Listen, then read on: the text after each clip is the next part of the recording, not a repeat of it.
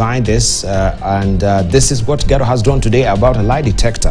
It will be wise for government to invest in this simple tool, a lie detector. I'll leave it for you to decipher that, unless any of you want to pick up on this and comment. Right, Gladys Shollei, you want to comment on this editorial cartoon with the lie detector? This is what Garo is saying. It would be wise for the government to invest in this simple tool. Okay, first of all, I'm a great believer in technology. I'm one of the first people to bring technology into government when I established and spearheaded the digitizing of all the laws of Kenya, all the judgments in Kenya, and the Kenya Gazette.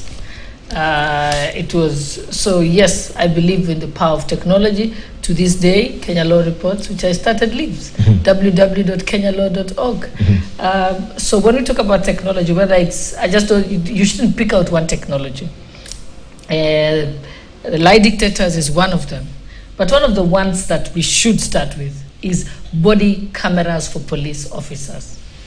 Because everybody will have a horror story of the way they are treated, spoken to, whenever they interact with police officers.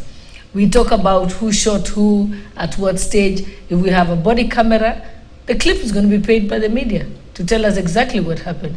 If a police officer has, the other day, there was a question in Parliament where the CS Interior was being asked why was a certain officer on duty when he was killed, yet there is a dispute as to whether he was on duty or not. If you have body cameras, it's assigned the uniform, and your camera is switched on when you report on duty and switched off when you exit duty. So if you are on duty without it, then a red alert is sent. So there is a lot of technology that we can adopt, not just the lie detector. Right. So, but when Wanjiku is asking, it will be wise for the government to invest in this simple tool. Do you think that you can actually hold with that particular view of Wanjiku here? For use in government? Because I believe even the lie detector there was in the Uhuru administration as well. When is it the procurement officers that had to actually go through the exercise of we were purchasing the lie detectors by then, if you may remember. What is the utility of buying a lie detector? You see, the lie detectors, I think even Gladys, because Gladys, you know, she's very smart. She's deflecting into police with the body cams as well. Right, so we just wanted to hear from this, but the context of it, and you choose to decipher it that way, that is your own opinion as well. But yeah, when you raise a question, it raises a broad topic. A broad topic, indeed. Yes, but if you block me to just speak of one myopic issue, which is actually a joke and not a real proposal, then why should I comment on a joke? I came here to talk about serious national issues, not to comment on somebody else's joke. But I appreciate the joke in terms of technology. Let's hear from Dan Maz. Well, you know, the matter is the cartoon and the joke. You know, there is a lie means in government means corruption. And, you know, if you could detect corruption massively and expose people, just like Honorable Gladys is saying, like, for example, corruption which goes along the police, you know, when cameras are blazing, then you'll behave yourself because you know that the whole world is watching. Now, how will you then apply that into procurement in the government just to make sure that the right person got the job? Because we are doing a PR exercise. You advertise for a job and you already know who you want to hire, but you want other young people to apply. Then you have 40,000 kusindikiza tu. You are wasting their time. You have wasted their money. Yet, you know, even after you do the aptitude tests, the ones you pick, you already know from beginning we are going to hire so and so. Then you better just hire that person instead of wasting the country's time and giving false hope to young people. And then, you know, even tenders, the same. You already know who you want to give a tender for a road worth some billions of shillings. But then you let people tender, they pay for it, they waste time, they are hoping there is some truth. You even say this is for youth, this is for people with disability, this is for women. And then come the day of final decision. You already decided a long time ago who you are going to give this tender, and now you are going to share the loot, and a few people benefits. We raise all our taxes to give to just a few marked up people. I think that's lie detector thing. Just one line on that issue. I think the issue is that corruption can only be fought if we deal with the Public Procurement and Disposal Act. I think Senator Mogeni knows that very well, because it lends itself to abuse. So it must be interrogated afresh. Because what happens is, if you are able to tick all the boxes, even if you lost government money and you followed all the procurement laws, or even if you spent 5 times the price, provided you follow every step of the procurement law, then you go scot-free. So what has happened is corruption has been fought more on perception than actually happening. And it can be hidden by following every step of the law. So we need to have an in-depth look at the law of corruption, or the Public Disposal Act. And also, there are certain processes in government that lend itself to corruption. Example is the issue when you apply for a passport. I should be told that if I apply for a passport today, I will get the passport within 7 days, or a reason why it's not been issued to me. But when it's left unpredictable, then you have all these in-between brokers who tell you, if you give me an extra 10,000, or give me 5,000 shillings, then I can fast-track your passport. Similarly with IDs, similarly with anything within government. So if we make sure that everything is time-bound, or when I write to a government office requesting for some answers, or a letter requesting for some action, I want a title deed processed and so on, there is no timelines, which means that you are at the mercy of brokers in the lands ministry to help you fast-track obtaining of your title deed, because you have because there's no specific time frame. But if there was a time frame, then you take away the opportunity for corruption. So our systems have very many opportunities for corruption. Someone is applying for letters of administration. You should have clear saying that if you submit it on this day, the response should come on this day, it must hit the Kenya Gazette by within a specified time. But instead, you've got to bribe at the court so that it can move faster. Then you've got to get an earlier date at the court, so you bribe somebody at the registry. Then you go to Kenya Gazette, you bribe so that you're on the latest Gazette and not come to in the Gazette 6 months later. So it is our processes that allow corruption. All right, let's hear from Ngatana briefly. Yeah, briefly, I think what Wanjiku there in that, a serious joke that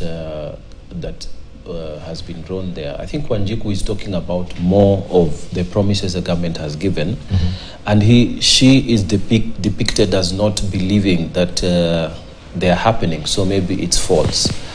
But I wanted those listening to me to differentiate between delayed delivery and a lie.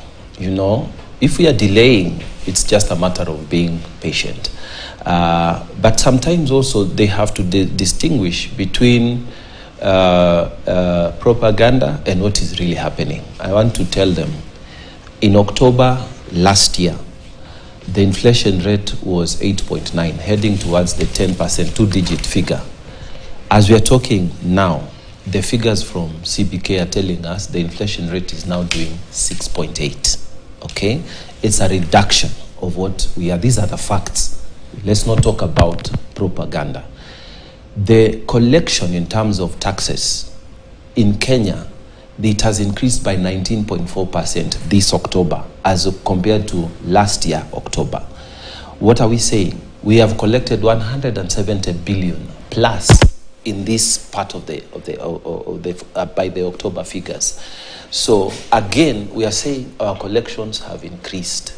In the State of the Nation, the President said that 2 billion euro bond that we were very worried we won't pay, we are going to pay, $300 million in December. We already have the money. So this is a broke person who is saying, I'm going to pay you your first serious installment 6 months prior the date of the debt. Yeah, because it's supposed to be paid 2024 June, supposed to have a bullet payment of 2 billion euro bond, which is about 303 billion Kenyan shillings. Now we are paying 300 million in December, and we have the money. which is about 42.45 billion Kenya shillings. What are we saying? We are saying, Wanjiku, there is fact and there is propaganda. And it is very easy for you to believe propaganda because that's what you are living, that's what you are seeing. But the reality of the matter is that we are making progress. And I'm telling you, there's populism and there's reality. And our colleagues in the opposition, you know them, they have an easier way of doing politics now. Because every time you're in the opposition, it's easier than when you're in government. Government has to give direction. Government has to take the blows. Government has to actually give fruits. And sometimes these fruits are not easy to obtain. So all I'm asking Wanjiku from that very serious cartoon, because it's raising serious issues from my perspective, is that let us be patient. The fruit is growing. The fruit has to be given time to mature. And when it is mature, we will eat those fruits. I'm telling you, next year, a time like this, we will be a proud nation. We will have paid our debts, or we'll be on schedule to pay most of our debts. Our rate of employment from all the government policies of housing and what, a lot of our youths are going to be absorbed. Our health, universal health coverage, it will be working. And I'm telling you, we will be sitting here not discussing how people are not getting treated in the hospitals, but discussing the fact that we have too many health promoters. Maybe we should reduce the numbers. We'll be talking a different language altogether. Thank you. That we need more people to work in this housing project, the low-cost housing, because even like in Tana River, we have, we're supposed to get 500 units because our population is not that high. 500 units in Hola, 500 units in Gariseni, 500 units in Madogo, 200 units in Kilifi, in Kipini. When you look at it, the numbers that are expected to be absorbed, and I have not mentioned to you the labor we require in our revamped irrigation schemes. We will be sitting here asking, where are the young men to be absorbed into these areas of employment opportunities? So I'm telling Wanjiku, we are not lying. There could be some delay in the delivery. But we are ready to take criticism because that is part of what government is. Thank you. But we are telling them we are delivering and we are coming slowly because we have a plan and we are implementing that. Thank you. Right. Okongo Mogini, what do you decipher? You want to also respond to that?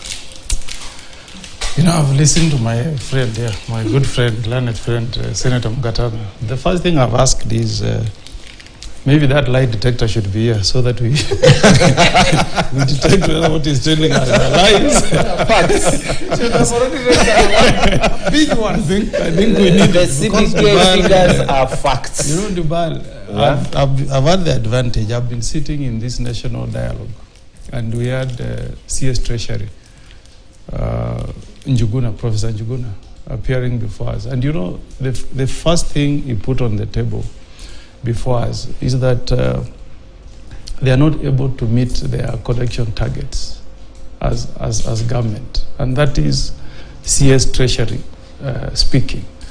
If you look, and Gladys Shollei will correct me if I'm wrong, if you look at the supplementary budget, we appeared before that committee to defend the PSC, Parliamentary Service Commission budget. And you know, the first statement you hear from Ndindi Nyoro, he tells you that we must tighten our belts. We must cut down, not recurrent expenditure. Even money that was set aside for roads by the current administration in the budget proposals is being chopped off because the government is not able to meet its collection. But it has increased its collection as compared to last year. I'll come to it. You know, we may not have missed our target. Let him finish. Let me make it easier for my learned colleague here. You see, the increased collection is because of the new taxes. Correct. You saw the argument between Hinga. Hinga was saying housing levy is a tax. The Treasury was saying this is an investment. It's a levy. Later he withdrew. No, he withdrew. He said it's a tax. He said it's a tax. So what you're calling as an increase is those new taxes that have been introduced on Kenyans, including the housing. So it's not that there has been a revamped economy. It's just because there is a new component that has taken away the income of Kenyans. That's what Senator Mugatana is calling an increase in collection. Correct. It's just a new line. Correct. You know, you introduce a new line on tax and then you raid people's salary, you'll get more collection. But you can look, even you can Google. Even the collection on tax from fuel has gone down. No. Yeah. No. That's factual. That one went only the 1 reality month is, and then it revamped. The reality Let's is, look at the central bank figures. it's not really about propaganda. It's not about propaganda. The reality is that the government currently is struggling. It's an insolvent government. There's a big struggle. No, point of order. You know, an insolvent government.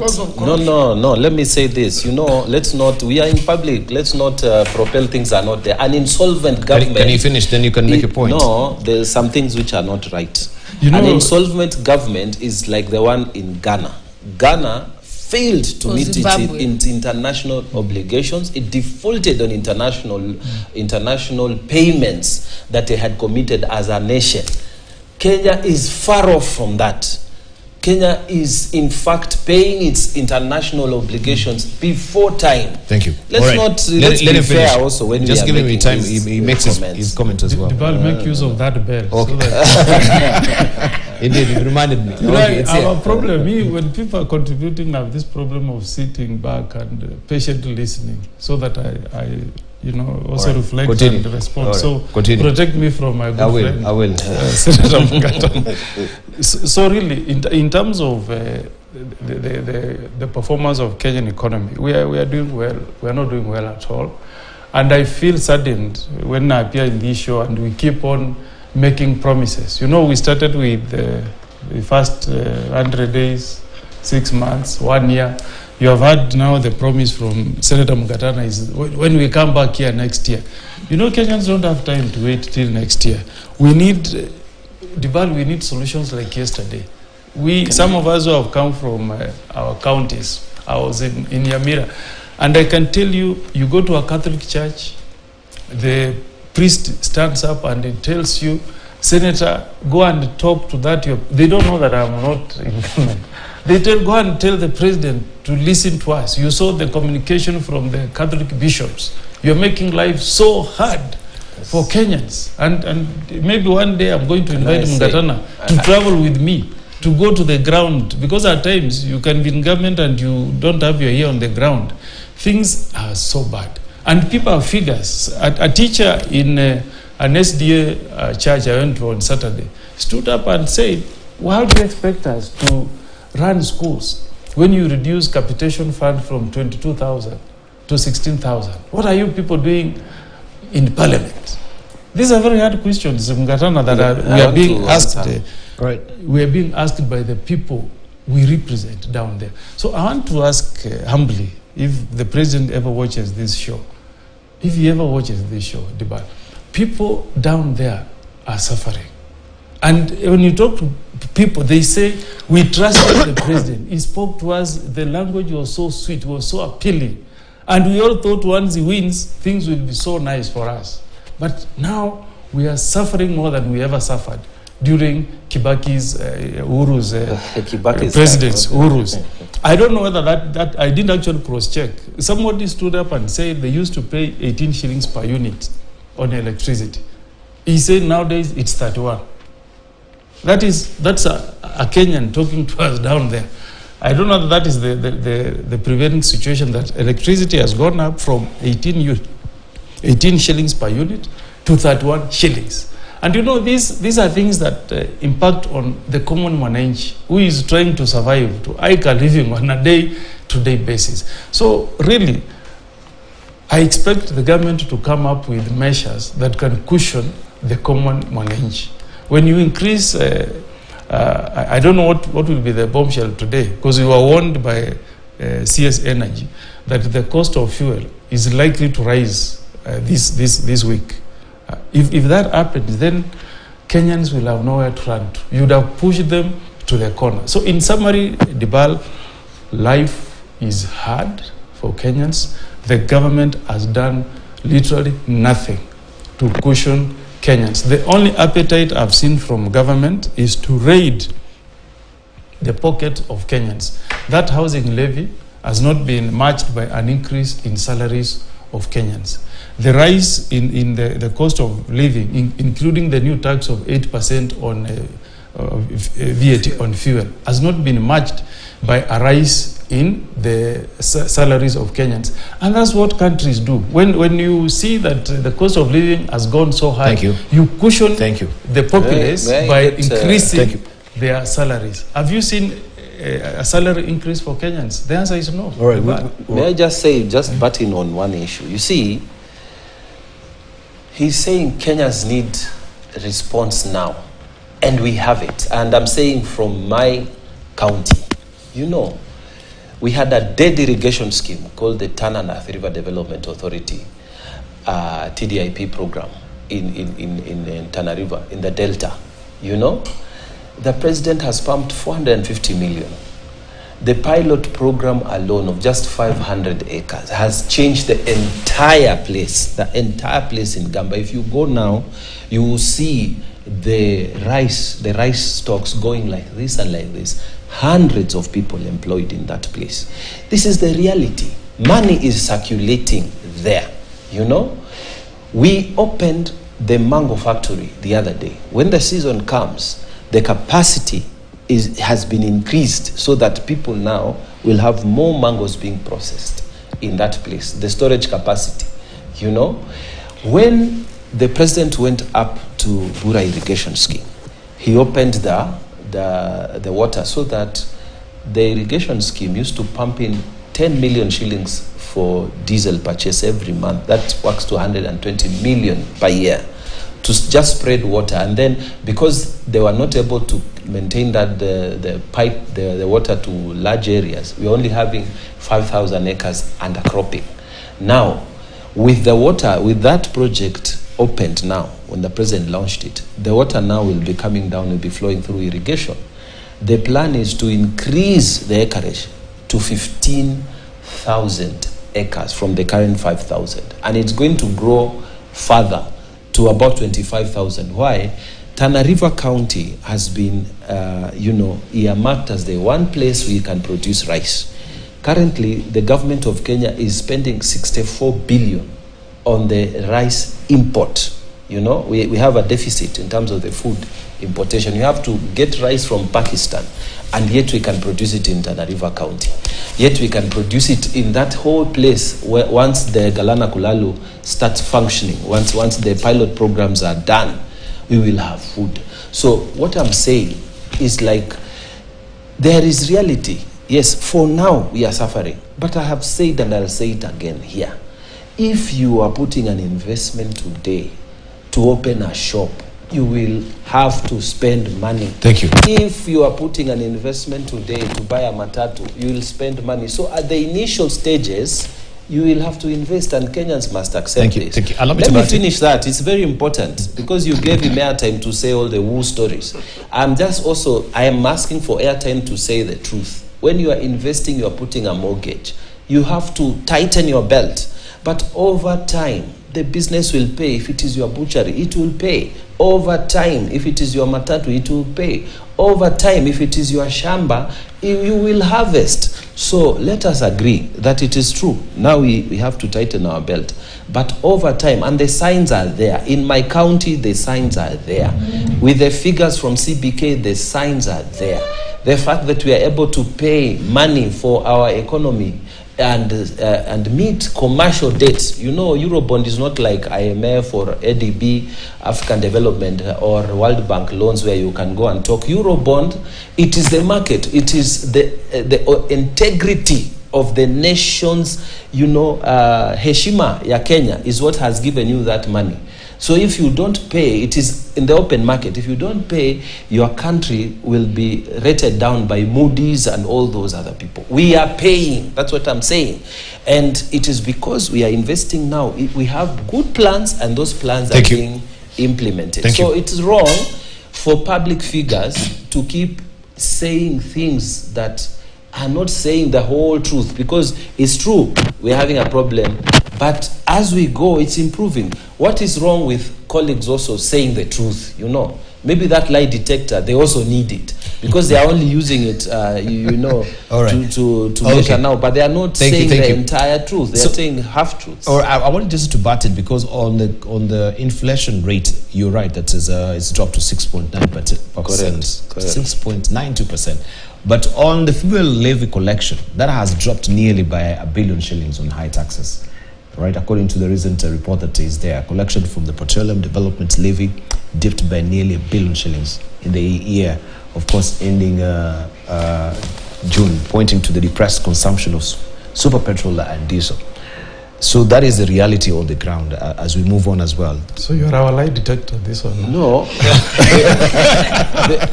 the fuel levy, let me say this, Dibal, you've raised that issue. That fuel levy, it's always used by government as the first point of stabilizing the entire, the pricing. But the point is making is the drop. The fuel. The drop in tax collection. Let me just say this. Can we? No, I'll give you another time. Gladys is here. Let me just. Let me hit the bell now. If you drop consumption, it's part of the adjustment. It's part of the tightening. Okay. What is wrong with reducing going to work with cars and jump into a matatu? What is wrong with that? All right, Gladys, I think even for you had the PG meeting, and some of the legislators that raised concerns about what is happening currently with the cost of living, and the president responded. You were there, you had, and they're saying, could we check even this particular fuel? I mean, our people on the ground are blowing their gaskets. They want things done. When we're losing even our good appeal that we had, our popularity down on the ground because of this particular issue. I mean, it's a reality on the ground. So I wanted just to hear from you as well.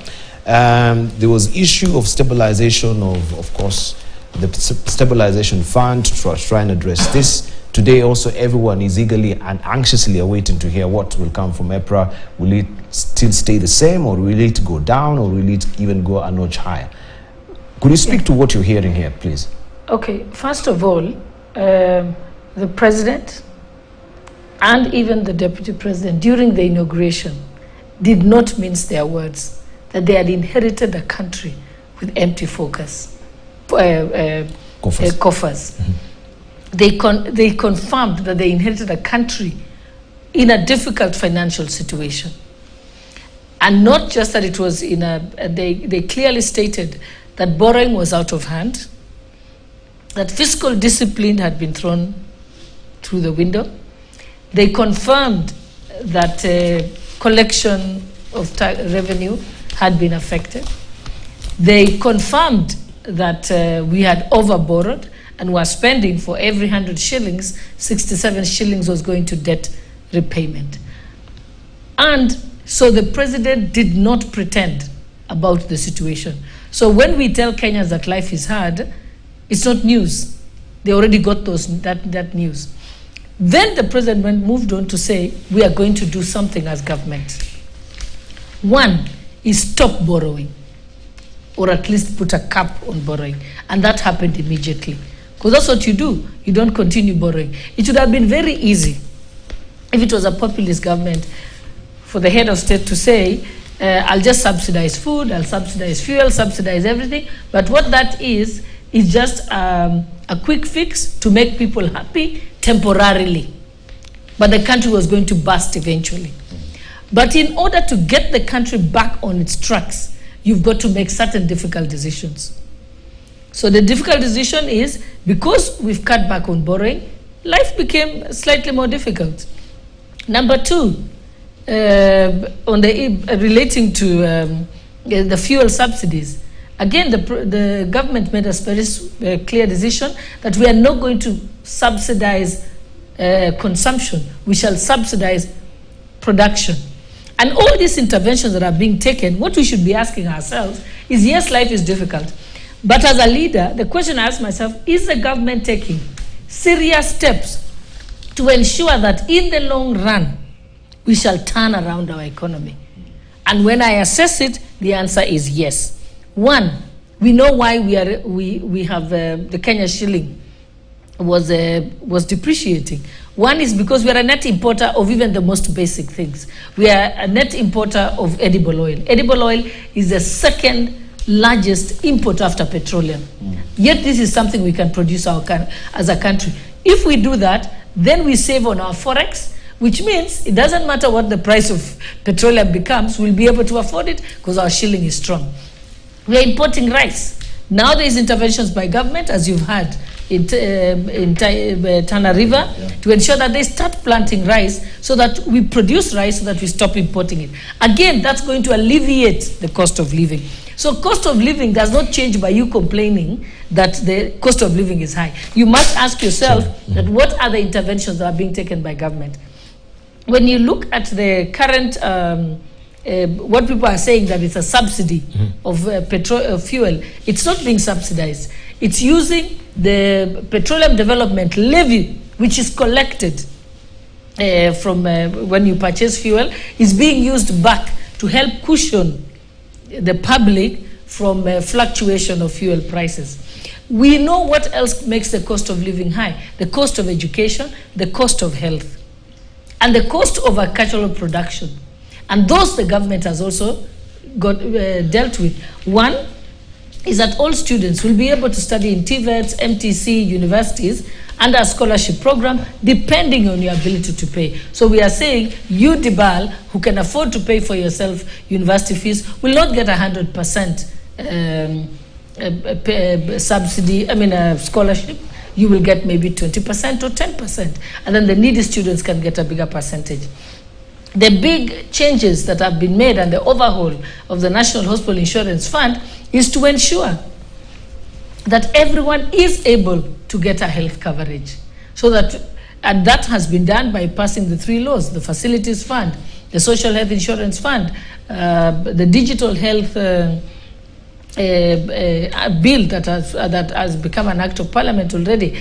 Those are interventions because we know, and it has been said many times by the head of state, that families are an illness away from poverty.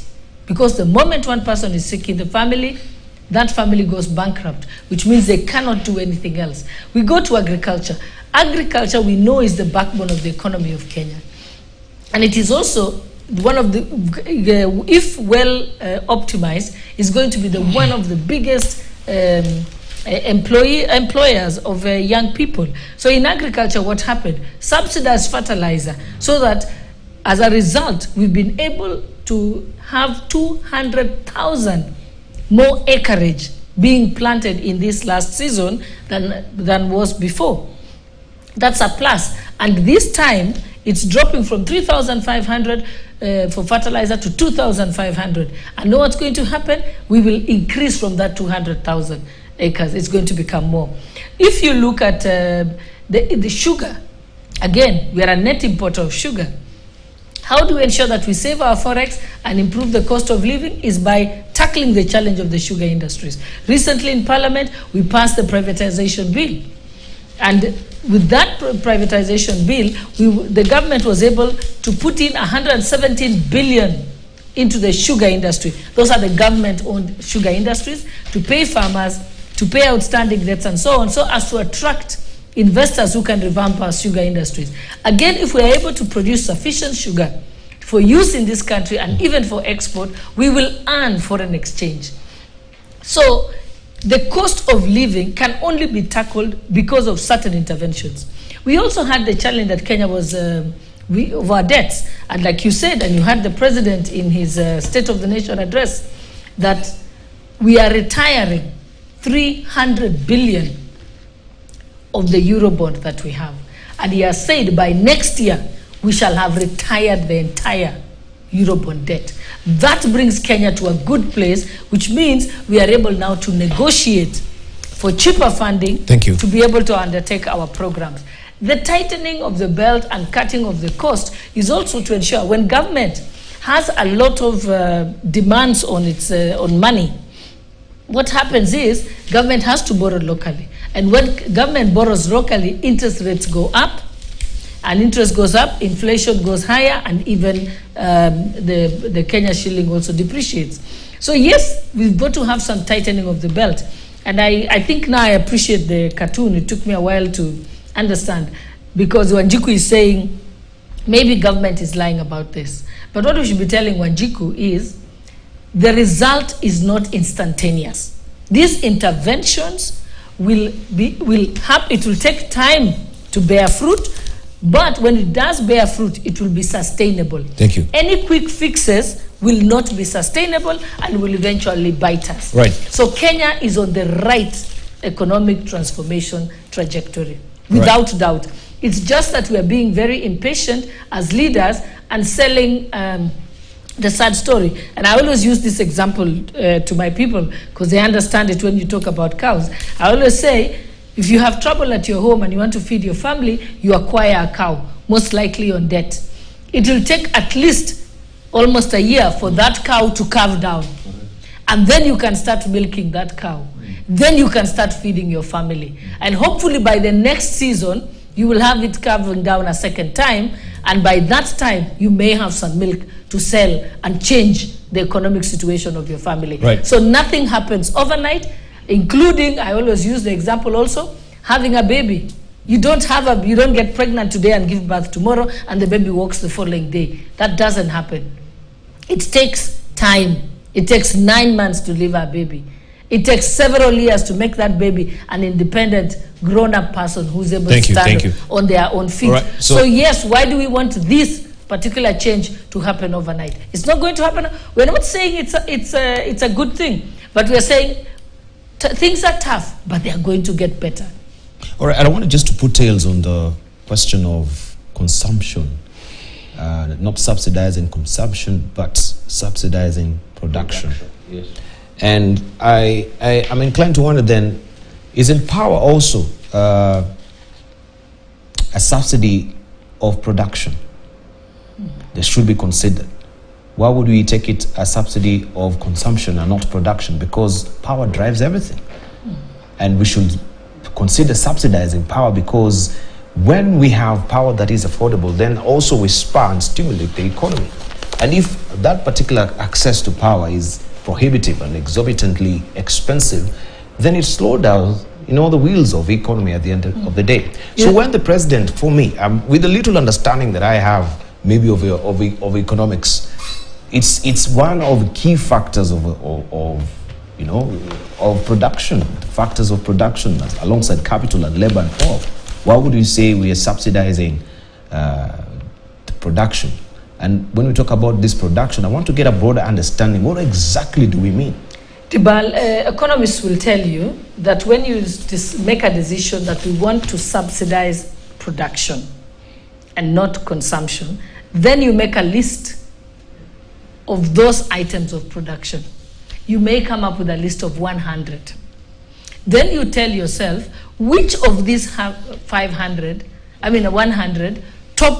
my top 10 list that will have immediate impact, sustainable impact on our economy.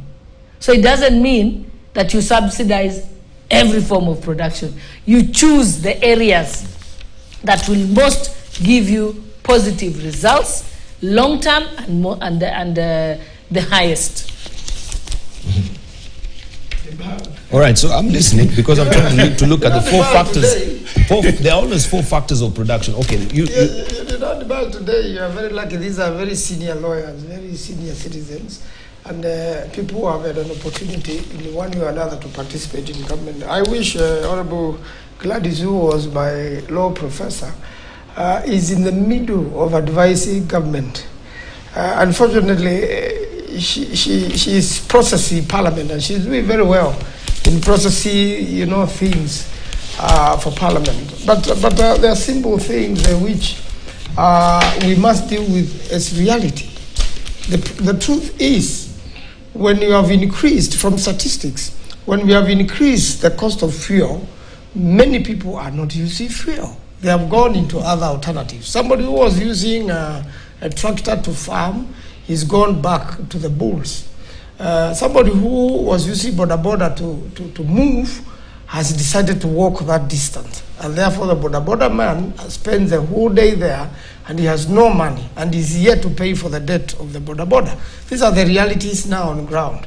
We have had a problem in this country which is historical, and there are cartels there, who the president knows very well because he's been part of government the last 10 years. And he said half, this government was 50-50. He was controlling half of the government. In fact, he was a deep state himself because he's the one who formed the government. If there was no Ruto, there would never have been a whole government. So what is happening with the power is this. There has been diesel-generated power, and that's where the problem is, because diesel itself is expensive. So now that we have rains, because that was happening with the famines, now that we have rains, then we need to utilize our power, which is easier done by the dams than these diesel guys selling to the main grid and making a kill out of every Kenyan. So power is high. When power is high, then it means cost of production of any goods, or because it's what is being used. If it is maize, for example, you have to grind it either using diesel or power, which are very high, which automatically means they're going to be transported again with diesel, and it means then you will never really get the price of unga going down because of where it has come from, even if the farmer has produced a lot of maize. So we have those little things which are real and which are affecting Kenyans. And how I wish serious economists are there advising the government. Now that we have realized by increasing the taxes by 8%, we have collected, the whole idea was to collect a lot of money. And even you have heard fuel levy is going to be increased. And probably the cost of fuel will go up today on seriously so. So it means a lot of people then will say, let me work online from my house than drive to my office. And it means that person will not fuel that day. A lot of people also have their tanks empty, and therefore they may use a train or now use carpool or use a matatu and get to town. So all this then means that we are not buying the fuel, and the reality is Senator it has Manzo, not can you been allow bought. me 1 minute? As your teacher, give me 1 minute. I can pull that card, right? First of all, let's correct this situation. Government has not increased the cost of fuel. Put it this way, Kenya does not produce oil. The OPEC countries, the oil producing and exporting countries, sit down at a table and decide the price of fuel. So there, we can't do anything about it. The challenge has been, there's been many factors that has affected us. First of all, like I said, because we are a net importer of everything, we end up having a shortage of foreign exchange. So, that's where you hear that the Kenya shilling against the dollar is very high. And remember, you're buying the fuel in dollars. So if the dollar to the Kenya shillings was 100 shillings some time back, today if it is 150, basically you're paying for your fuel plus half. So it's not government that has increased. It is the US dollar. And it is public knowledge that, don't worry about it, it's public knowledge that the US Reserve Bank has withheld its dollars, which has made the scarcity of dollars be able to be in that case. Number two, we have the other challenge of, we said the war and instability that happened in Ukraine and so on, has affected also the cost of fuel. There is also another issue that Kenyans forget. Around this time, because it's winter, the demand for kerosene and diesel and so on is much higher in those countries because they need it for heating. Another issue that we know that is a fact is that maintenance of these fuel manufacturing and processing plants are normally maintained during winter. So again, that exacerbates the cost of fuel. Right. So the cost of fuel, the government hasn't sat down and say, so tunataka kuongeza fuel. They are not selling fuel as a government. They are buying it from elsewhere. Right. In pegged to the US dollar. Okay, and that's why the discussion of the US dollar. And then, what is also important to raise on this issue, actually, when I checked those statistics that were said, that the consumption of fuel has gone down by 12%, but when you check the collection on the fuel levies, it's higher. which means it actually didn't go down. Because the most accurate way of checking whether consumption has increased or decreased is by the levies collected in relation to it. Thank you. So, all Senator Mahanzo, it's important that we are clear to Kenyans on that particular. All right, but just a moment, Kongo Mogini. Maybe you can also give us a clear picture, because when as we speak right now, the cost of Brent crude oil is 83%. Actually, has gone down to 83 per barrel, $83 per barrel globally, and this is not pointing towards the war on Ukraine or Hamas and Israel. What is ongoing right now. And we saw also he was before your National Dialogue Committee, Energy CS, and also the Treasury CS as well. And they were speaking from different, or not really from both sides of the mouth, that we had the CS Energy saying that, because of Hamas and Israel, that particular oil is going to be 300 shillings per litre here in the country. And we had also Treasury saying that is not the reality on the ground, speaking now to the effect that, yes, the crude oil is at 83 per dollar. So that has not really affected, because we can actually compare with the countries here, Uganda and Tanzania. Their fuel prices are not as expensive as Kenya. Could you talk also what is actually on the front page of a Daily Nation, just briefly, because I think this issue of the fuel saga and the government to government is where the devil is in the details. And we've had also you leader of Azimio saying you're being very unfair to us. To us is who? To us who are not from government. My good friend Shollei has made a statement here that government does not produce oil. But we want to. The question you should be asking Kenyans: what contributes to the high prices of fuel in Kenya than in our neighboring countries? And you have the answer. This is standard. You can see it says our taxes on petroleum sustain high palm prices. Every liter of fuel you consume, whether you are the poor boda guy, or you are a cabinet minister, or you are a matatu guy, 80 shillings is taken by government. 8%.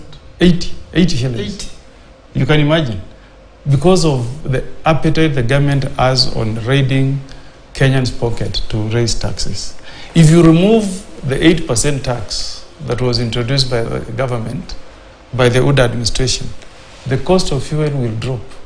In Rwanda, there is no VAT on fuel because the government cares for its people. It wants the petroleum prices to be affordable. Bill Okero, who appeared before National Dialogue Committee, told us in their establishment, they used to pay electricity bill of 1.5 million per month. He says, and I'm just quoting him, he says under the Uda administration, he is paying 4.5 million. And he was asking, how do you expect enterprises to thrive in Kenya with that kind of taxation measures? They will take off to conducive environments like Rwanda and Tanzania. So the way the government must approach this, first, let's not overtax Kenyans by having so many taxes on fuel, and that takes the prices high. Every country in the world, if you go to Mexico, Debal, they subsidize petrol up to 33% per every liter you consume as a citizen. So we cannot have a government that is telling us, we don't produce oil, we don't care about your suffering. As what we care about is to collect taxes, even if fuel is going to cost 300. That is actually telling Kenyans that you are fed up with them. That's a very simple way of putting it. Because Andibal, let me tell you, countries go through this. In the US, when President Hoover took over, when there was the serious depression, he was the most popular president in 1928. By 1932, when Americans were crying, he was telling them, what do you want me to do? He says, this is a global problem. I have no answer to your problems. And the only thing they told him, we send you packing. They brought in Roosevelt, and you remember the person who coined the 100 days in office.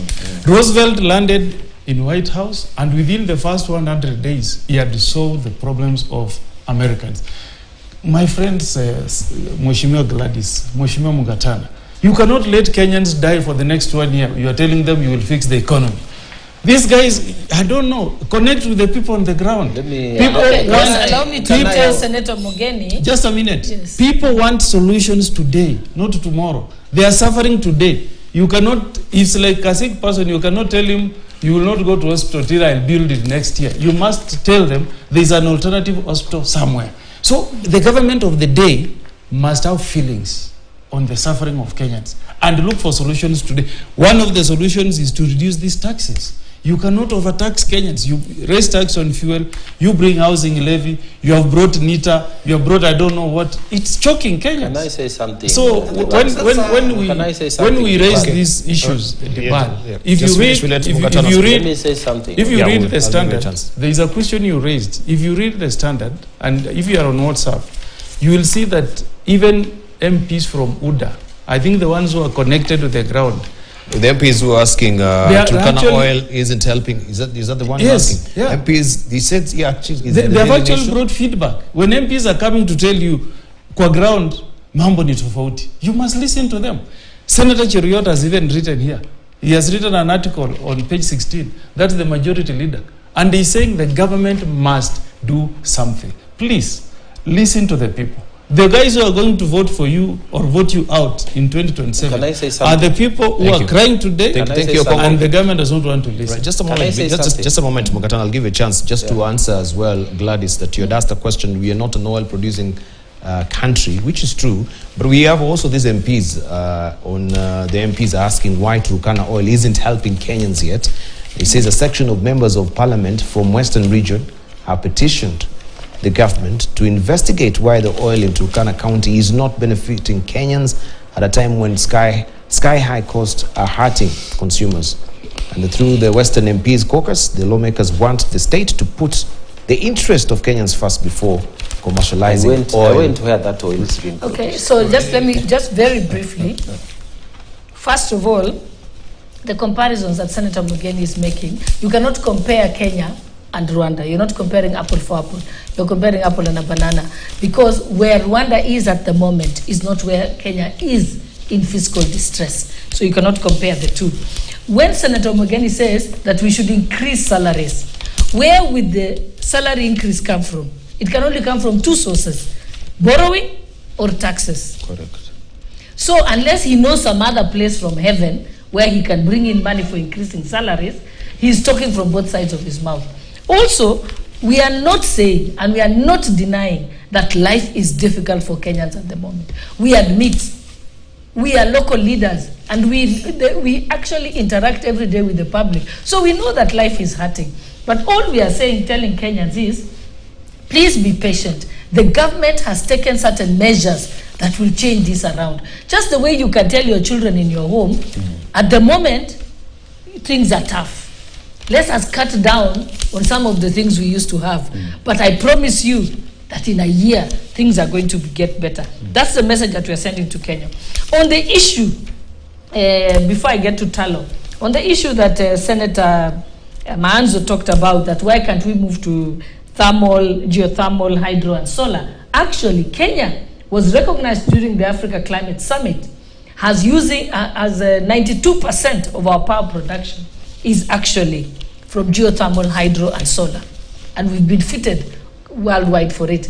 So, in fact, it could have been worse if we're not using hydro. And we thank God for the rains now, because usually when we have a shortage of rains, then that's during drought is when we fall back on diesel power. But the moment immediately that we have hydro to run our turbines, then we are able to cut back. So we are telling Kenyans, the future is bright. Things are getting better. On the issue of tallow, it's not just enough to say that oil has been discovered in Kenya. You must remember the technology for drilling does not belong to us. The intellectual property of that technology belongs to somebody else. That is why, again, those countries are the ones who will come to Kenya to drill.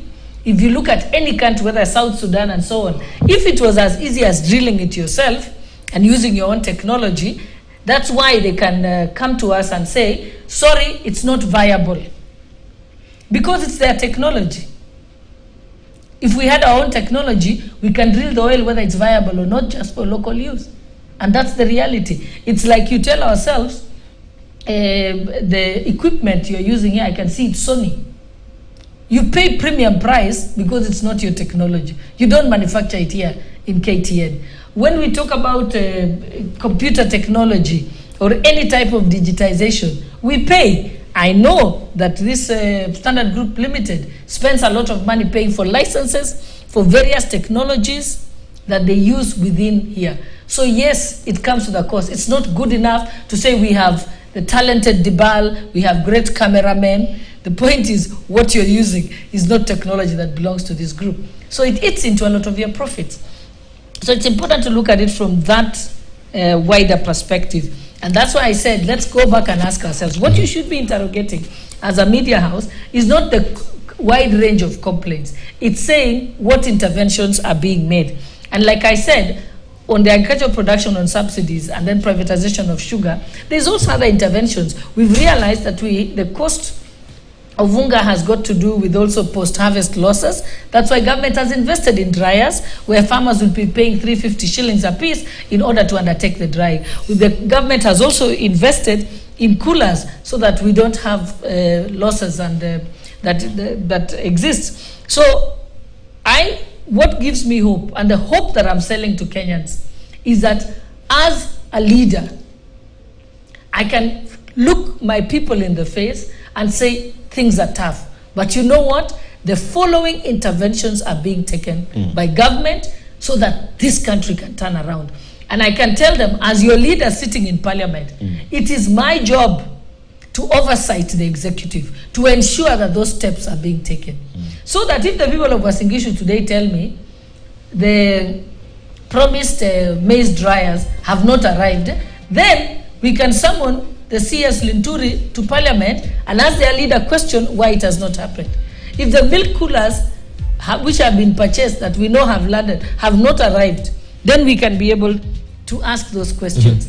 The privatization, and I'm happy that when the privatization of government businesses, particularly the sugar, all the members from the sugar belt, who are not necessarily from government, their opposition, supported it because they understood how it's going to transform their region, how it's going to make changes. Thank you. And when government says, let's stop importing oil because we have sesame seed, we have canola, we can grow canola, we can grow sunflower and make sunflower oil, we can make corn oil, we can make macadamia oil, we can be able, at the coast, you can have coconut oil.